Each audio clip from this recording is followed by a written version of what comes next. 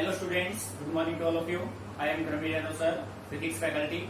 Dear student, in our today lecture we discuss about we start our new unit atom and nuclei unit number 8. ठीक है. So dear student, atom nuclei unit आपका 2 parts में divide है. First part आपका atom है, second आपका nuclei है. तो सबसे पहले हम स्टार्ट करते हैं अपना सेकंड पार्ट न्यूक्लियाई को. उसके बाद हम सोल्व करेंगे एटम पार्ट. बेटे ये जो आपका पार्ट है ये theoretical, mathematical plus numerical type में है. ठीक है.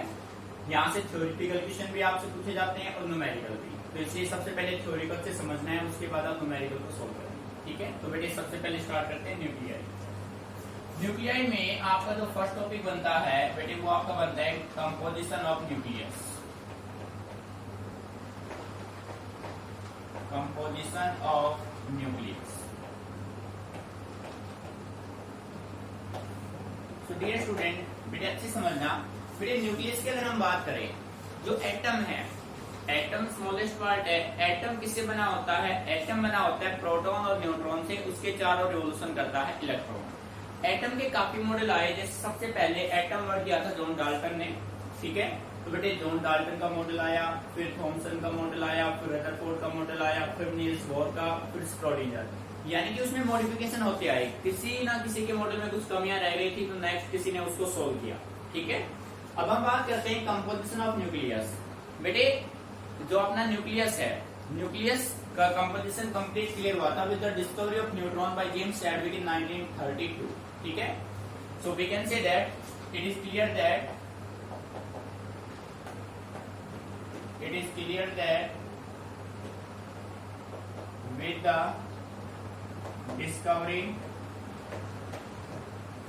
with the discovery of neutron by James Chadwick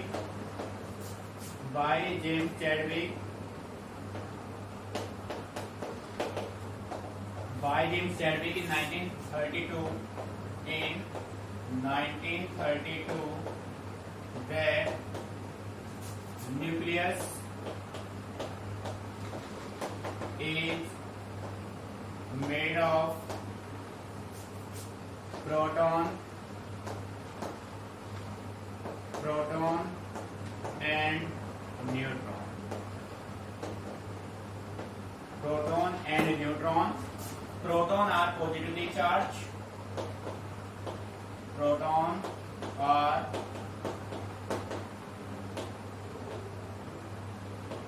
positively charged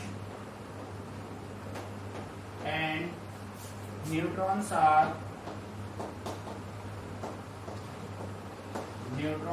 electrically neutral.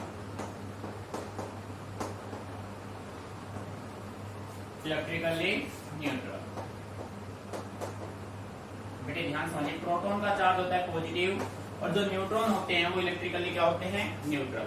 बेटे 1932 में जेम्स चैडविक ने डिस्कवरी किया न्यूट्रॉन का. जैसे ही न्यूट्रॉन का डिस्कवरी हुआ ये अच्छे से क्लियर हो गया कि जो अपना न्यूक्लियस है वो किससे मिलकर बना है. Nucleus is made up of proton and neutron and electron revolve around it. ठीक है. मीनिंग समझ में आ रहा है. तो हम ये कह सकते थे ये आपका जो न्यूक्लियस था, इस न्यूक्लियस में क्या प्रेजेंट है? प्रोटॉन और न्यूट्रॉन इसमें प्रेजेंट है और इसके चारों रिवोल्यूशन कौन कर रहा है? इलेक्ट्रॉन इसके चारों क्या कर रहा है? रिवोल्यूशन कर रहा है. मुझे आ रहा है मीनिंग समझ में? ठीक है. क्लियर. तो इसी के बेस पर हम कह सकते हैं मास ऑफ प्रोटॉन बेटे ये होता है 1.6726 इंटू 10⁻⁻27 kg. ठीक है. मास ऑफ न्यूट्रॉन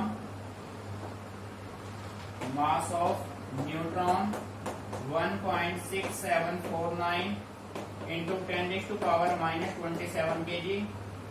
और बेटे मास ऑफ जो इलेक्ट्रॉन होता है, mass of electron is equal to 9.11 into 10⁻⁻31 kg.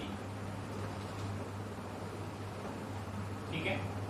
बेटे ध्यान से समझिए. हम बात करें कॉम्पोजिशन ऑफ न्यूक्लियस की, न्यूक्लियस किस किस से मिलकर बना है. 1932 में जैसे न्यूट्रॉन का डिस्कवरी हुआ बाय जेम्स चैडविक से ये क्लियर हो गया कि जो अपना न्यूक्लियस है वो किससे मिलकर बना है? प्रोटॉन और न्यूट्रॉन से. इस न्यूक्लियस के चारों रिवोल्यूशन कौन कर रहा है बेटे? इलेक्ट्रॉन. ठीक है. Mass of proton, mass of neutron, mass of electron आपको गिवन है. ठीक है. अब बेटे जब किसी भी न्यूक्लियस में जब किसी भी न्यूक्लियस में प्रोटॉन और न्यूट्रॉन साथ साथ होते हैं, कलेक्टिवली होते हैं, तो उसको हमने एक नाम दिया, दैट इज न्यूक्लियॉन्स। ठीक है, सो आप यहाँ पे नोट कर सकते हैं, proton and neutron, proton and neutron collectively in a nucleus called nucleons। ठीक है बेटे, proton and neutron collectively in A nucleus called nucleons. जब प्रोटॉन और न्यूट्रॉन किसी न्यूक्लियस में साथ साथ होते हैं तो उसको आपने एक नाम दिया, उसको क्या नाम दिया आपने? न्यूक्लियॉन्स। बेटे ध्यान से समझना है, जो अपना न्यूक्लियस है वो किससे मिलकर बना होता है? Nucleus is made up of proton and neutron and electron revolve around it. ठीक है, प्रोटॉन का मास, न्यूट्रॉन का मास, इलेक्ट्रॉन का मास। अब इनके चार्ज की अगर हम बात करें, बेटे चार्ज की बात करें तो आप सिंपल वे में कह सकते हैं, चार्ज ऑफ प्रोटॉन आपका होता है plus 1.6 into 10⁻⁻19 coulomb. This is the charge of proton. Charge of, अगर आप इलेक्ट्रॉन, चार्ज ऑफ न्यूट्रॉन की आप बात करें तो इलेक्ट्रिकली क्या होगा? न्यूट्रल। चार्ज ऑफ इलेक्ट्रॉन की अगर आप बात करें तो आप कह सकते हैं -1.6 इंटू 10⁻⁻19 कूलम। बेटे मैथमेटिकल डाटा आपको सीबीएसई वैसे देता है, फिर भी आपको माइंड में रखने 1% मान लो ना मिले तो ये डाटा आपको माइंड में रखने हैं। ये आपको 4 डिजिट तक ही याद रखना पड़ेगा, 1.6726 1.6749। ठीक है, तो बेटे एक बार इसको नोट कर लीजिए, कोई भी पॉइंट में प्रॉब्लम है तो आप डिस्कस कीजिए। ठीक है,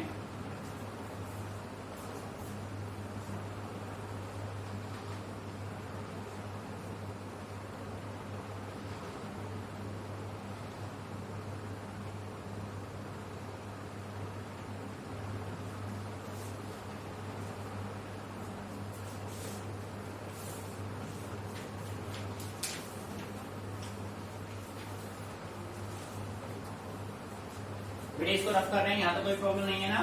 ठीक है, आप देखो भाई, बेटे नेक्स्ट टॉपिक अपने पास बनता है न्यूक्लाई। ठीक है,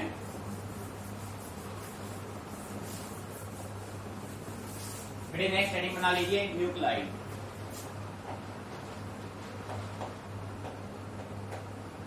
न्यूक्लाई देखो भाई, हमारे पास पीरियोडिक टेबल में टिल डेट तक 118 एलिमेंट्स नॉन है।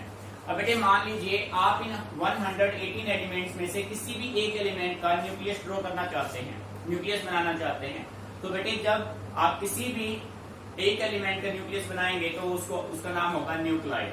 ठीक है, सो नेक्स्ट टॉपिक अपने न्यूक्लाइड। डेफिनेशन आप कह सकते हैं, the nucleus of a particular atom, the nucleus of a particular atom is called nuclide, is called nuclide.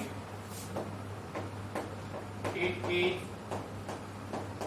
represented as ZXA। ठीक है बेटे, यहाँ पे जो है ना ध्यान से देखना, जेड एक्सिस से आप किसी भी न्यूक्लियर को रिप्रेजेंट करेंगे, यहाँ पे एक्स रिप्रेजेंट करेगा chemical symbol of an element को। ठीक है बेटे, जेड रिप्रेजेंट करेगा एटॉमिक नंबर को, ए रिप्रेजेंट करेगा एटॉमिक मास को। ठीक है बेटे, x chemical symbol of element, Z atomic number, A atomic mass. ठीक है बेटे, हमेशा ये ध्यान रखिए, किसी भी न्यूक्लियस में जो जेड होता है वो डिसाइड करता है नंबर ऑफ प्रोटॉन और नंबर ऑफ इलेक्ट्रॉन। किसी भी न्यूक्लियस में जितने प्रोटॉन होंगे उतने क्या होंगे? इलेक्ट्रॉन। तो आप ये कह सकते हैं Z is equal to number of proton is equal to number of electron. ठीक है, एंड नंबर ऑफ न्यूट्रॉन हमेशा क्या होंगे? A minus Z. बेटे ये कंडीशन आपको दोनों माइंड में रखने हैं, इंपोर्टेंट है। आपसे पूछा जाए what do mean by nuclide, तो आप कह सकते हैं the nucleus of a particular atom. आपके पास 108 एलिमेंट नोन है, इनमें से किसी भी एलिमेंट का अगर आप न्यूक्लियस ड्रॉ करते हैं तो वो उसका क्या बन जाएगा, न्यूक्लाइड। ठीक है बेटे, रिप्रेजेंटेशन इसका ऐसे होगा ZX से एटॉमिक नंबर, एटॉमिक मास, और ये होगा केमिकल सिंबल ऑफ एलिमेंट। ठीक है, किसी भी न्यूक्लियस में जो एटॉमिक नंबर होता है वो उसके नंबर ऑफ प्रोटॉन और नंबर ऑफ इलेक्ट्रॉन होते हैं। Number of neutron find out करने के लिए आप एटॉमिक मास में से सब्ट्रैक्ट कर दीजिए एटॉमिक नंबर, तो क्या फाइंड आउट हो जाएंगे बेटे, नंबर ऑफ न्यूट्रॉन। अब बेटे number of proton, number of electron, number of neutron के बेस पे हम सब्सटेंस को, न्यूक्लाइड को डिवाइड करते हैं, तो अपने पास डिफरेंट टाइप बनते हैं, जैसे आइसोटोप्स, आइसोबार, आइसोटोन। ठीक है, सो अब हम इसके बाद बात करेंगे किसकी, आइसोटोप, आइसोबार एंड आइसोटोन की। ठीक है, एक बार इसको नोट कर लो अच्छे से।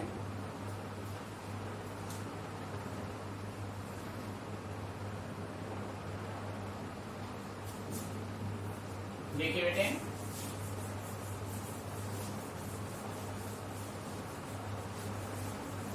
बेटे हेडिंग बना लो, इंपोर्टेंट है, यहां से क्वेश्चन पूछा गया है सीक्वेंस से। सबसे पहले हम बात करते हैं आइसोटोप्स की। आइसोटोप्स क्या होते हैं, ठीक है, आप ये कह सकते हैं न्यूक्लाइड हैविंग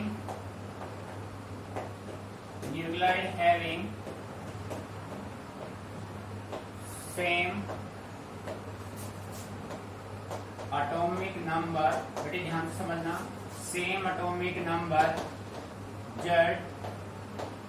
but different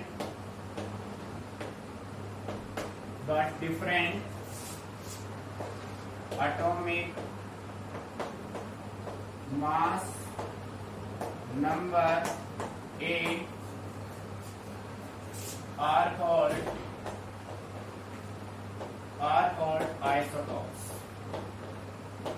बेटे ध्यान से सुनना, वो सभी सब्सटेंस जिनमें सेम एटॉमिक नंबर हो, डिफरेंट एटॉमिक मास नंबर हो, वो सभी आपके क्या होंगे, आइसोटोप्स।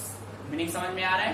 ठीक है, अब बेटे देखो यहाँ पे डेफिनेशन इतना इंपॉर्टेंट नहीं है जितना इंपॉर्टेंट इनके एग्जाम्पल्स है। एग्जाम में बेसिकली एग्जाम्पल्स आपको गिवन मिलेंगे, आपको आइडेंटिफाई करना होगा कि आइसोटोप है, आइसोबार है या आइसोटोन है, या फिर आपको इनके एग्जाम्पल देने होंगे। ठीक है, सो हम बात करते हैं एग्जाम्पल की। तो देखो जैसा कि हमें क्लियर है, हाइड्रोजन के 3 आइसोटोप्स होते हैं, हीलियम के भी 3 आइसोटोप्स होते हैं। ठीक है बेटे, सो आपने एग्जाम्पल लिया 1H1, 1H2, 1H3। Similar way में 2He4, 2He5 एंड 2He6। देखो बेटे सभी का एटॉमिक नंबर सेम है, 1H1 1 1 1, 2 2 2, एटॉमिक नंबर सेम है, तो ये सारे क्या होंगे, आइसोटोप्स। हाइड्रोजन के 3 isotopes, protium, deuterium, tritium. Helium के भी 3 आइसोटोप्स। ठीक है, 1H1 1H2 1H3, 2He4 2He5 2He6। बेटे मीनिंग क्लियर। सेकंड हम बात करते हैं, बेटे कॉपी नहीं करना है अभी। सेकंड हम बात करते हैं आइसोबार की। आइसोबार आप कह सकते हैं nuclide having same atomic mass number A but different atomic number Z are called isobar। बेटे देखो अब यहाँ पे इसका रिवर्स कर दो, यहाँ पे Z सेम था, A डिफरेंट था, इसमें A सेम है, Z क्या है, डिफरेंट, वो आपके क्या होंगे, आइसोबार होंगे। ठीक है, फॉर एग्जाम्पल आपने लिया बेटे, बेसिकली अगर हम बात करें तो आप एग्जाम्पल यहाँ पे ले सकते हो नियोन का और सोडियम का। बेटे नियोन का एटॉमिक नंबर होता है 10, एटॉमिक मास होता है 22। ठीक है, ऐसे ही सोडियम की अगर हम बात करें, सोडियम का एटॉमिक नंबर 10, मास नंबर 22। बेटे 23 भी होता है, सोडियम के भी आइसोटोप्स होते हैं। ठीक है, एटॉमिक नंबर सेम, सॉरी 11 आएगा यहाँ पे, atomic number different, atomic mass same. ऐसे ही आप और एग्जांपल यहाँ पे ले सकते हैं कैल्शियम और आर्गन का, 18 आर्गन 14 एंड 20 कैल्शियम 40। बेटी बात समझ में आ रही है? तो ये सभी क्या है? ये आइसोबार हैं। ठीक है, अब हम बात करते हैं आइसोटोन की। नंबर 3 पे अपने पास आता है isotone. Isotone nuclides, nuclide having same number of neutrons are called isotons। बेटे वो सभी न्यूक्लाइड जिनमें न्यूट्रॉन सेम हो वो आपके क्या होंगे? आइसोटोन। न्यूट्रॉन कैसे फाइंड आउट करोगे? A-Z। ठीक है, बात समझ में आ रही है? A-Z आपको क्या देगा? न्यूट्रॉन देगा। तो इसके लिए बेटे आप एग्जांपल ले सकते हैं पोटेशियम का और क्लोरीन का। ठीक है, तो आपने लिया 17 क्लोरीन 39 एंड 19 पोटेशियम 39। तो बेटे 37 में से 17 जाएगा 20, 39 में से 19 जाएगा 20। तो नंबर ऑफ न्यूट्रॉन क्या है? सेम। बेटे ये ध्यान रखना, इंपॉर्टेंट टॉपिक है। आइसोबार में सेम जेड होगा, डिफरेंट ए होगा। आइसोबार में सेम ए होगा, डिफरेंट जेड होगा। आइसोटोन में सेम होंगे A-Z, means number of neutron. Note कर लीजिए इसको।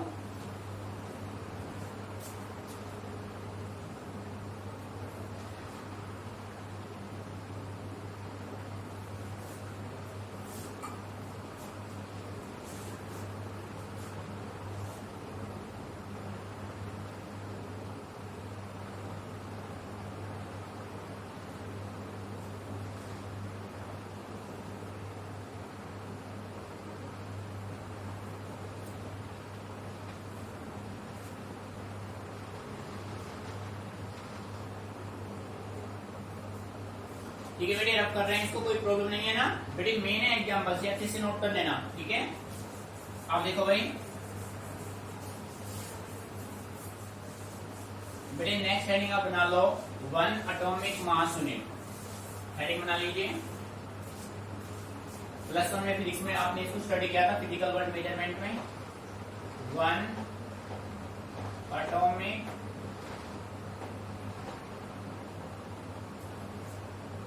Atomic mass unit.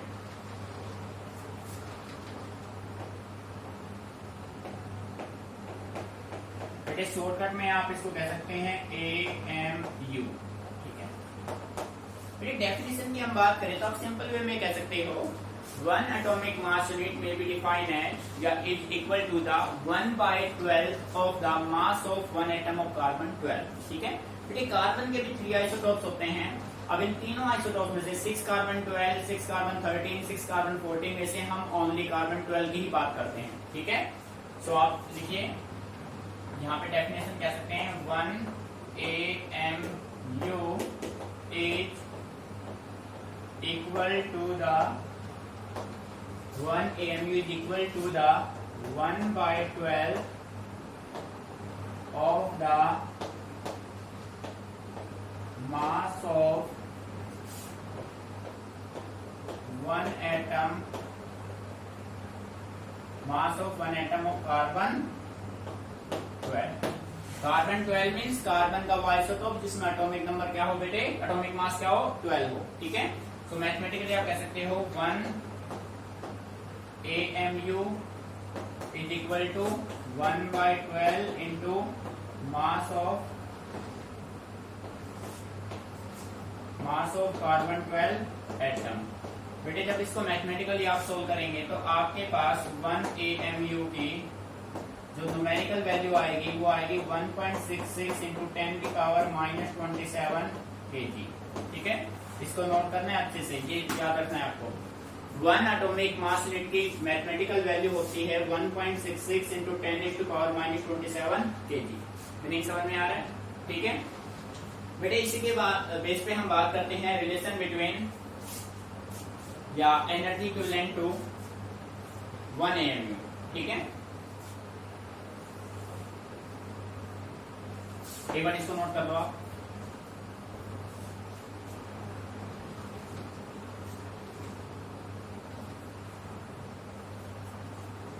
तो बेटे यहाँ पे हेडिंग बना रहा हूं मैं, एनर्जी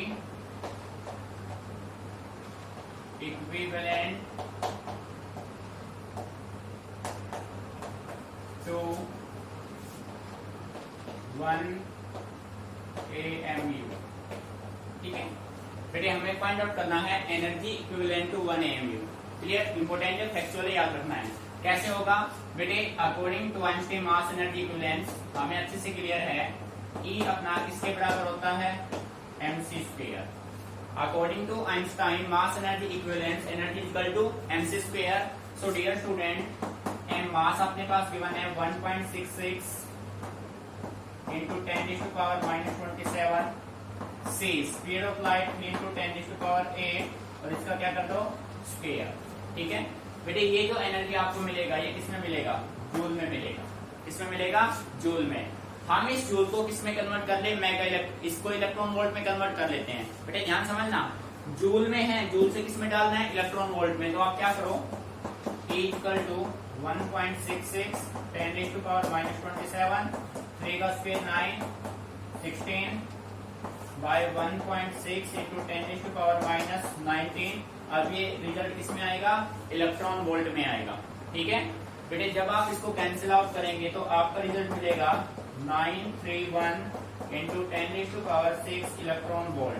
बेटे 10⁶ को आप बोलते हैं मेगा, तो आप कह सकते हैं energy equal to 931 mega electron volt. This is your required result. ठीक है बेटे, जो एनर्जी होगा वो आपका होगा 931 मेगा इलेक्ट्रॉन वोल्ट। क्लियर, इसको याद रखना है आपको। ठीक है, नोट इट डाउन।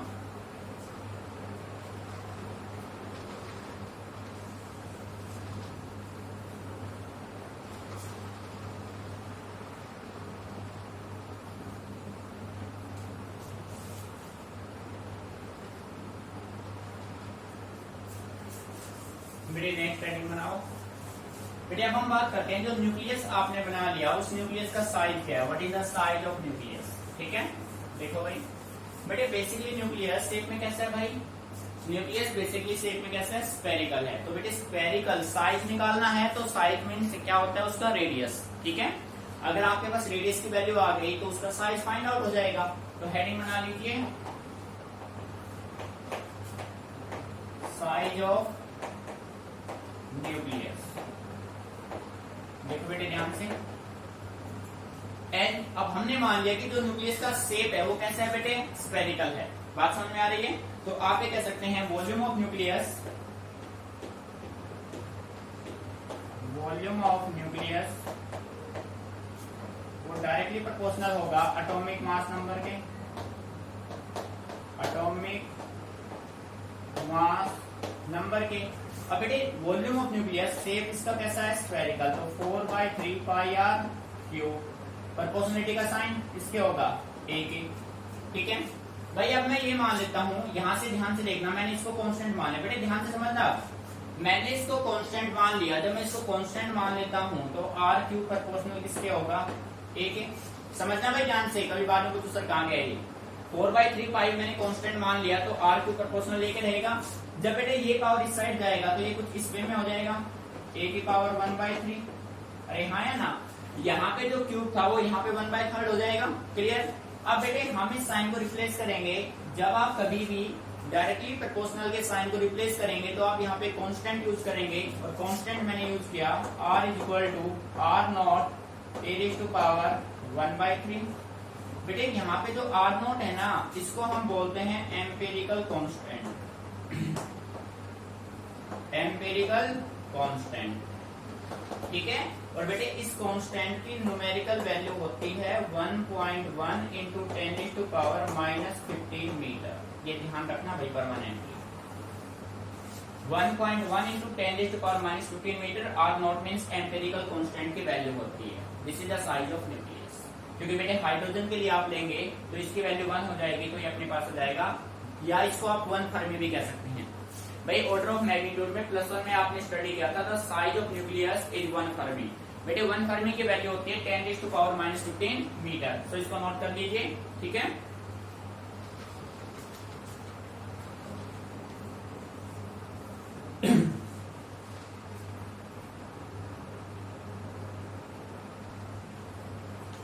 सो बेटे अब इसकी बेस पे हम बात करेंगे डेंसिटी ऑफ न्यूक्लियस। बेटे मैथमेटिकल डाटा आपको माइंड में रखने हैं ताकि आपको न्यूमेरिकल में कोई प्रॉब्लम ना हो, ठीक है। सो अब हेडिंग बना low density of nucleus. Important concept है, सीबीएसई ने क्वेश्चन दिया हुआ है डेंसिटी ऑफ न्यूक्लियस। बेटे डेंसिटी फाइंड आउट करने के लिए हम अपनी तरफ से मान लेते हैं कि अपने पास कोई एक न्यूक्लियस है, उस न्यूक्लियस का कुछ मास है, ठीक है। Let us consider a nucleus या nuclide. Let us consider a nucleus या न्यूक्लाइड आप कह सकते हैं ZXA, मान लिया। And small m be the average mass of nucleus, ठीक है बेटे, बात समझ आ रही है। भाई हमने अपनी तरफ से मान लिया कि हमारे पास कोई एक न्यूक्लियस या न्यूक्लाइड है ZXA और m जो है एवरेज मास है उस न्यूक्लियस का, ठीक है। सो बेटे जैसा कि आप सभी जानते हैं जो डेंसिटी है, डेंसिटी होता है mass of nucleus, mass of nucleus by volume of nucleus, volume of nucleus। बेटे डेंसिटी आपका मास बाय वॉल्यूम होता है। अब बेटे ध्यान समझना, ये जो स्मॉल m है ये एवरेज मास ऑफ न्यूक्लियस है। अब हम अगर एटॉमिक मास नंबर की बात करें तो डिफरेंट एटम का एटॉमिक मास नंबर डिफरेंट होता है। जैसे मान लो हाइड्रोजन की बात करें तो उसका तो भाई 1 रहेगा, बाकी सभी में तो चेंज होगा ना। तो आप ये कह सकते हैं हम इसको स्मॉल m को किससे मल्टीप्लाई करेंगे, a से, एटॉमिक मास नंबर से। क्यों? क्योंकि एटॉमिक मास नंबर हर एक एलिमेंट का डिफरेंट है बेटे, ये ध्यान रखना है, ठीक है। वॉल्यूम, अब बेटे वॉल्यूम, न्यूक्लियस का शेप कैसा है, स्फेरिकल है, तो स्फीयर का वॉल्यूम क्या होता है 4/3 पाई r क्यूब। बेटे बात आ रही समझ में। इसको जब आपने मॉडिफाई किया तो आपने इसको राइट किया 3 small m a upon 4 pi r cube, ठीक है। अब डियर स्टूडेंट जैसा कि आप जानते हैं r की वैल्यू क्या होती है बेटे, r0 a की पावर 1/3। बेटे अभी आपने फाइंड आउट किया था साइड में, वैल्यू पुट कर दो भाई। नाउ डेंसिटी, डेंसिटी का सिंबल क्या होता है बेटे, rho. Rho is equal to 3m a by 4 pi, बेटे r की वैल्यू r0 a की पावर 1/3 और इसका क्या करना है, क्यूब करना है, ठीक है बेटे, बात समझ आ रही है, क्लियर। अब इसको मॉडिफाई करेंगे हम, rho is equal to 3ma upon बेटे 4 पाई एडिटेड, r0 का क्या हो जाएगा, क्यूब हो जाएगा, और a की पावर क्या हो जाएगी, इनटू में क्या होगा a से क्या हो गया, cancel out. So rho is equal to, बेटे रो की वैल्यू क्या होगी 3m बाय 4 पाई r0 क्यूब,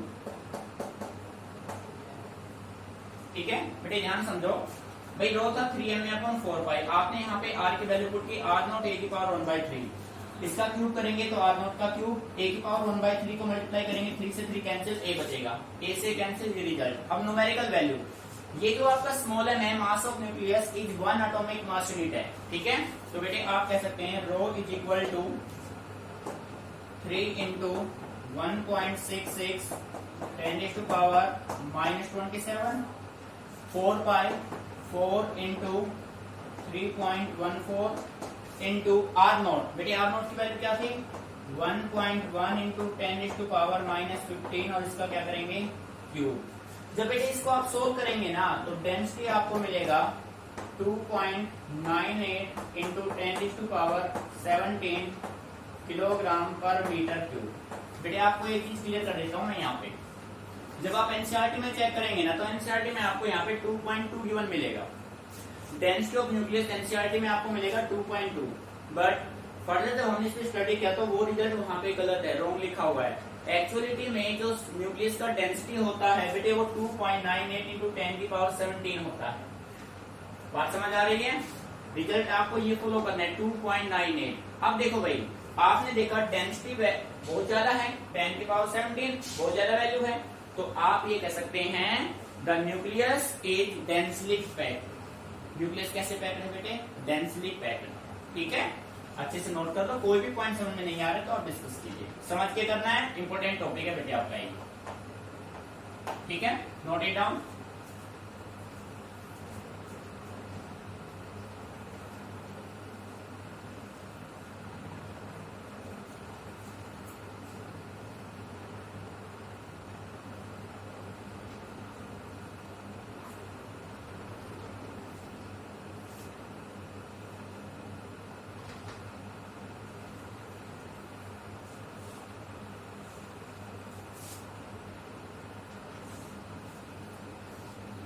सो बेटे इसी के बेस पे आप यहाँ पे राइट कर सकते हैं, we see that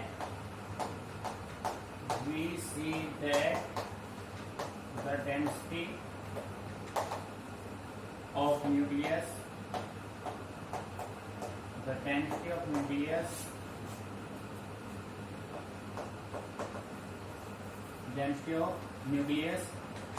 is very high, so it is densely packed।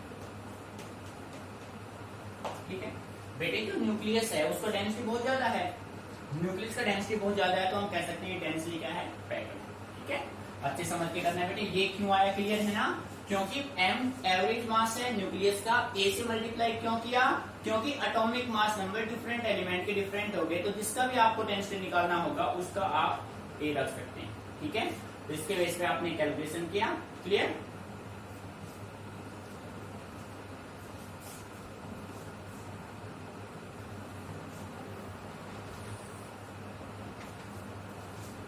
तो बेटे आज हमने किया है इसका बेसिक। ठीक है, तो इस बेसिक को आप अच्छे से स्टडी करना, अपने नोटबुक में कॉपी करना इसको। ठीक है, और कोई भी पॉइंट आपको समझ में नहीं आए तो आप मेरे से डिस्कस करना, कुछ भी रटना नहीं है। बेसिक बेटे आपका बेसिक परफेक्ट होगा तो फर्दर जो आप टॉपिक करेंगे इसके बाद वो इजीली आप सोल्व कर पाएंगे। ठीक है, तो बेसिक को अच्छे से समझना है आपको, लापरवाही बिल्कुल नहीं करनी है। कंप्लीट वीडियो को पूरे टाइम आप ऑब्जर्व करेंगे। ठीक है, ये नहीं कि 10 मिनट देखा फिर उसको ड्रॉप कर दिया, बेटे ऐसा बिल्कुल नहीं करना है। वीडियो को कंप्लीटली देखना है, एक एक पॉइंट को समझ के करना है। ठीक है, और जो भी न्यूमेरिकल वैल्यू आपको दी है सारे वैल्यू आप माइंड में रखना। ये मत सोचना कि भाई पेपर में मिलेगा उसके बेस पे हम करेंगे। बेटे डाटा जितने आप सेल्फ रखेंगे उतना ही आपके लिए अच्छा होगा। ठीक है।